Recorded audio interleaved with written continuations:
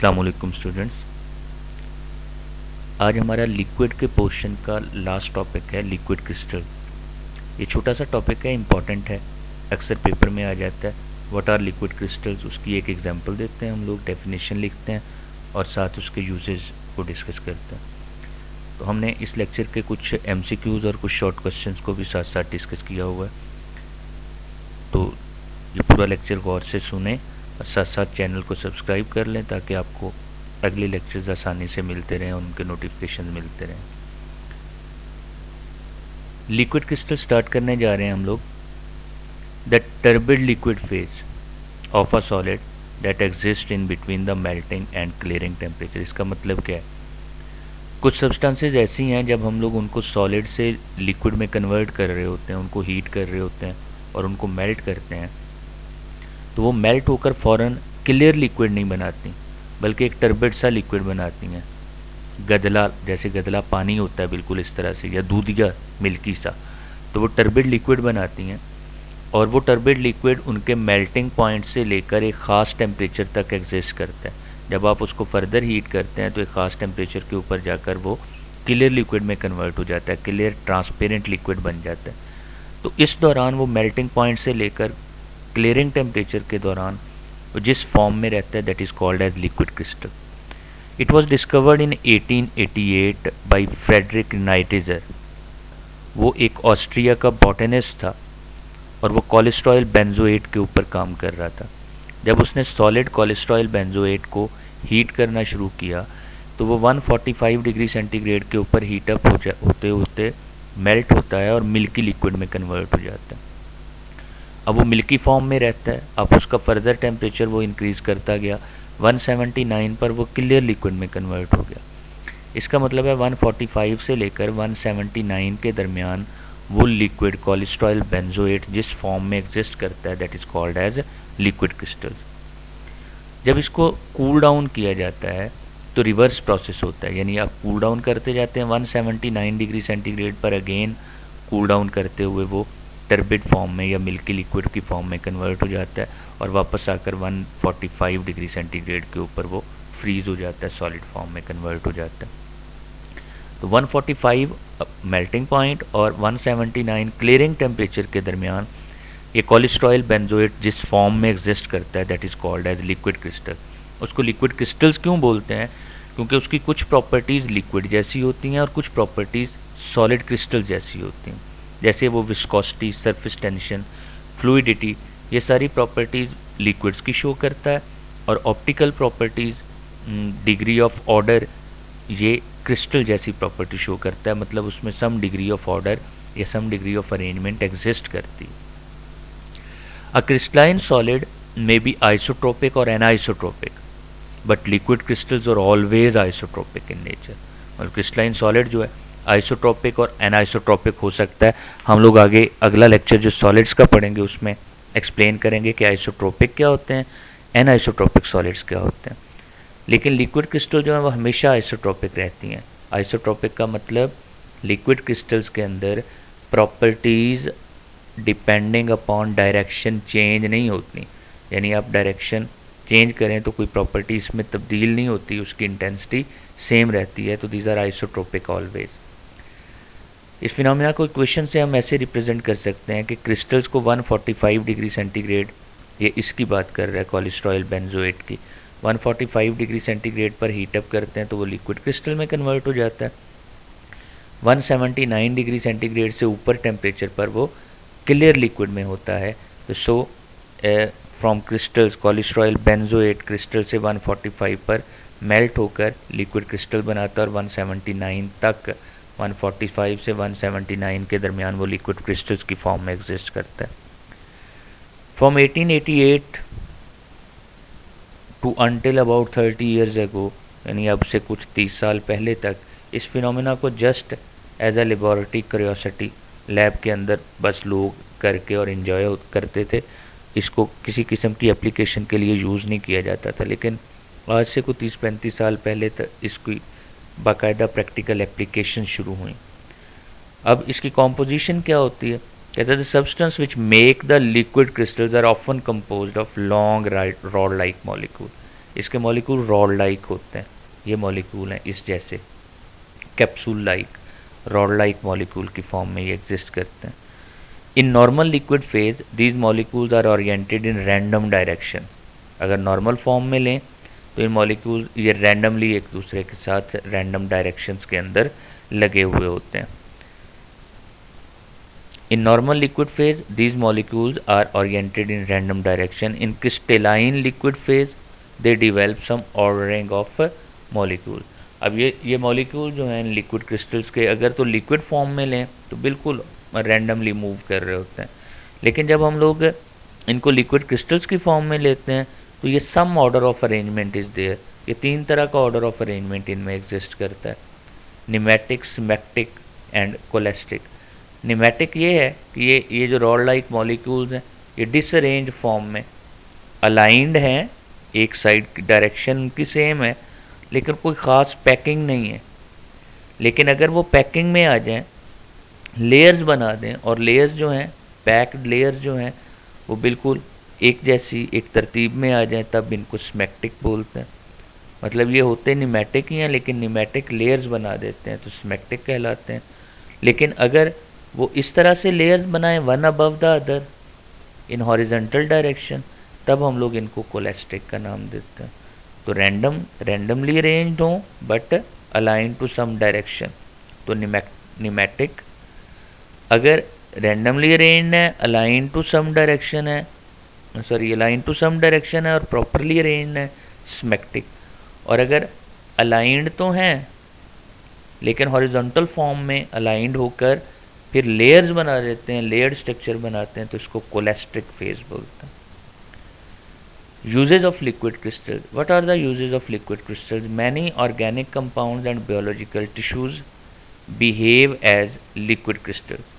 Liquid crystals find many practical applications due to their optical and electrical properties. Some of their important uses are as follows.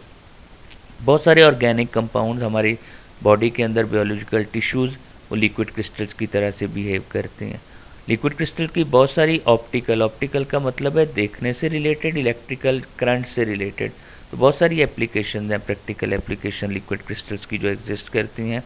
कुछ current से related हैं, कुछ optical properties हैं। ये temperature sensors के तौर पर यूज़ होते हैं। क्यों टेम्परेचर सेंसर के तौर पर यूज़ होते हैं? लिक्विड क्रिस्टल्स लाइट को डाइफ्रैक्ट करते हैं। जैसे ये प्रिज्म में से लाइट गुजरती है ना तो वो डिफरेंट कलर्स बना देती है, एग्जैक्टली उसी वे में लिक्विड क्रिस्टल में से लाइट गुजरकर डिफरेंट कलर्स देती है।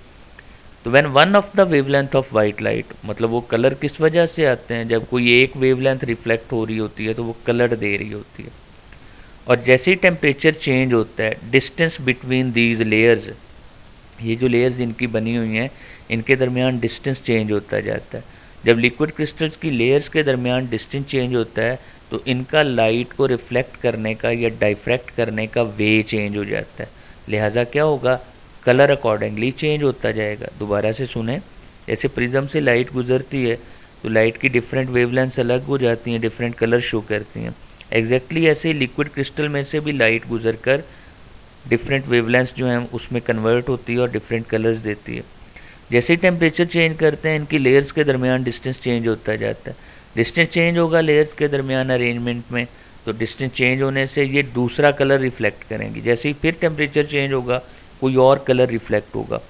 इसका मतलब है ये अच्छे टेम्परेचर सेंसर्स के तौर पर काम करती हैं कि टेम्परेचर चेंज होने पर इनके कलर चेंज होते जाते हैं। तो इनको फिर रूम थर्मामीटर्स के तौर पर या टेम्परेचर डिटेक्टिंग थर्मामीटर्स के तौर पर इस्तेमाल किया जाता है। How liquid crystals act as temperature sensors, तो उसमें आप ये आंसर लिखेंगे ये किस तरह से टेम्परेचर सेंसर्स के तौर पर काम करते हैं। एग्जाम्पल उसने दिया, room thermometer contain liquid crystals with a suitable temperature range, they show different colours at different temperature. और वो रूम थर्मामीटर लगा हुआ होता है, जैसे जैसे रूम का टेम्परेचर चेंज होता जाता है थर्मामीटर कलर चेंज करता जाता है, डिफरेंट कलर्स के अंदर डिजिट दे रहा होता है। तो इस तरह हम लोग टेम्परेचर सेंस कर लेते हैं।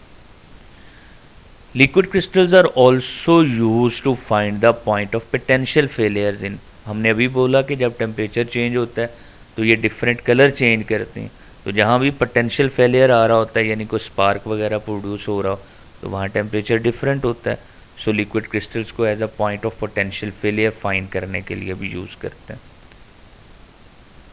डायग्नोसिस, तशखीस करना, किसी मरज़ का पता चलाना, किसी डिफेक्ट का पता चलाना, उसके लिए आप यूज़ करते हैं इसको। Location of arteries and veins, मतलब बाज़ दफ़ा वेन्स में या आर्टरीज में कहीं अगर ब्लॉकेज हो तो बॉडी का वो हिस्सा गर्म हो जाता है, तो लिहाजा स्पेशलिस्ट जो हैं या डॉक्टर जो हैं वो स्किन थर्मोग्राफी एक टेक्निक है जिसको यूज़ करते हैं। वो क्या करते हैं, जिस बॉडी के पार्ट के ऊपर आपने चेक करना हो कि वेन या आर्टरीज के अंदर ब्लॉकेज है, उसके ऊपर लिक्विड क्रिस्टल्स का लेप कर देते हैं। लिक्विड क्रिस्टल्स को उसके ऊपर बॉडी के उस पार्ट के ऊपर अप्लाई कर देते हैं। अब वो areas of arteries and veins जिनके अंदर ब्लॉकेज है वो डिफरेंट कलर्स शो करेंगे, क्योंकि वो वार्मर एरियाज होते हैं, लिहाजा इन्फेक्शंस कैन बी डायग्नोज। यानी बॉडी पर आप इसका लेप कर दें लिक्विड क्रिस्टल्स का लेप करने पर वो एरियाज जहाँ पर टेम्परेचर डिफरेंट होगा वो और कलर शो कर रहे होंगे, और उनको ऊपर से स्कैन करें थर्मोग्राम से, तो हम लोग उनका जो थर्मोग्राफ फाइंड करेंगे उसमें हम लोग वो एरिया डायग्नोज कर सकते हैं जहाँ पर कहीं कोई ब्लॉकेज है या कहीं कोई रिसॉलिंग वगैरह है। डायग्नोसिस ऑफ ब्रेस्ट कैंसर बहुत ज़्यादा है आजकल। जो कैंसर के जितने पेशेंट्स आ रहे हैं उनमें 80-90% के करीब ब्रेस्ट कैंसर के पेशेंट हैं, और इनके लिए वो एक पिंक रिबन डे भी मनाया जाता है, आप लोगों को पता होगा, तो अवेयरनेस फैलाई जाती है। तो ब्रेस्ट के ऊपर एक्चुअली इन लिक्विड क्रिस्टल्स को लेप करते हैं, तो लेप करने पर ये ब्लू कलर शो करना शुरू कर देते हैं। अगर रसौली हो किसी जगह पर या ट्यूमर हो तो उस जगह से वो इसका कलर जो है ट्यूमर का इनका लिक्विड क्रिस्टल्स का कलर जो है वो ब्लू कलर हो जाता है वार्मर एरियाज़ में, तो लिहाजा ब्रेस्ट कैंसर को डायग्नोज किया जा सकता है। Liquid crystals are used in the display of electrical devices, जैसे डिजिटल वॉचेज़ हैं, कैलकुलेटर हैं, तो उनके ऊपर जो LCD है, LCD असल में लिक्विड क्रिस्टल डिस्प्ले है। तो इसका ये यूज़ जो है वो किस वजह से होता है, क्योंकि लिक्विड क्रिस्टल्स के अंदर जो इंटरमोलिकुलर फोर्सेस ऑफ अट्रैक्शन है वो वीक बॉन्ड होते हैं। तो जैसे ही टेम्परेचर चेंज होता है या प्रेशर चेंज होता है या इलेक्ट्रोमैग्नेटिक फील्ड चेंज होता है, तो इनके दरमियान ये बॉन्डिंग चेंज हो जाती है, और बॉन्डिंग चेंज होने से ये डिफरेंट कलर्स वगैरह शो करती हैं। तो इसलिए इनको display of electrical devices, calculator, laptop, digital watches के डिस्प्ले में, कंप्यूटर्स के डिस्प्ले में यूज़ करते हैं। Liquid crystals are used as solvents in chromatographic separations. जैसे क्रोमेटोग्राफी आप परफॉर्म करते हैं तो आप सॉल्वेंट एक यूज़ करते हैं, जैसे पेपर क्रोमेटोग्राफी में हम लोग इथेनॉल और वाटर का मिक्सचर यूज़ करते हैं तो उन सॉल्वेंट्स के तौर पर भी हम लोग लिक्विड क्रिस्टल्स को यूज़ कर रहे होते हैं। ऑसिलोग्राफिक एंड टीवी डिस्प्ले, ऑसिलोग्राफ है, कैथोड रेज ऑसिलोग्राफ बोलते हैं इसको, कैथोड रेज ऑसिलोस्कोप, तो उसकी भी टीवी की तरह की एक स्क्रीन होती है जिसके ऊपर डिस्प्ले आ रहा होता है। तो ऑसिलोग्राफ के डिस्प्ले में, टीवी के डिस्प्ले में भी लिक्विड क्रिस्टल स्क्रीन को यूज़ किया जाता है। ये आज का लेक्चर था, इससे रिलेटेड कुछ MCQs हम लोग देखते हैं।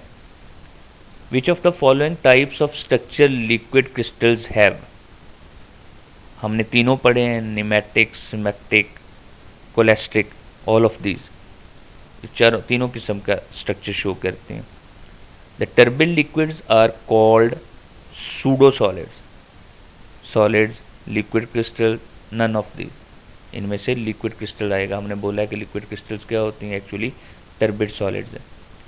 Cholesteryl benzoate melts to milky liquid at 145 degree centigrade and become clear at 179, ये याद रखना है, हमने दिया हुआ एग्जाम्पल में। Liquid crystals have the properties of solids और लिक्विड, दोनों तरह की प्रॉपर्टीज इसमें एग्जिस्ट करती हैं। Liquid crystals coated on skin containing tumour show which colour, हमने बोला है कि जैसे ये हीटअप होती हैं लिक्विड क्रिस्टल्स तो ये ब्लूइश कलर यूज़ करती हैं। ले स्टूडेंट्स, आज का हमारा लिक्विड्स का टॉपिक इसमें ख़त्म हो गया, तो हम लोग नेक्स्ट टाइम इंशाल्लाह सॉलिड्स के पहले लेक्चर के साथ मिलते हैं। आप लोग ये चैनल ज्वाइन कर लें, इसको सब्सक्राइब कर लें, बेल आइकॉन को क्लिक कर दें, आपको नोटिफिकेशन मिलते रहेंगे जैसे ही अगला लेक्चर आएगा। तो हम लोग इंशाल्लाह इसके ऊपर पूरा सिलेबस कवर करेंगे, MCQs शॉर्ट क्वेश्चंस के आंसर्स के साथ साथ। तो अच्छे तरीके से आप लोग पढ़ते हैं अगर, तो इंशाल्लाह आपकी तैयारी हो जाएगी। अल्लाह हाफ़िज़, हैव अ गुड डे।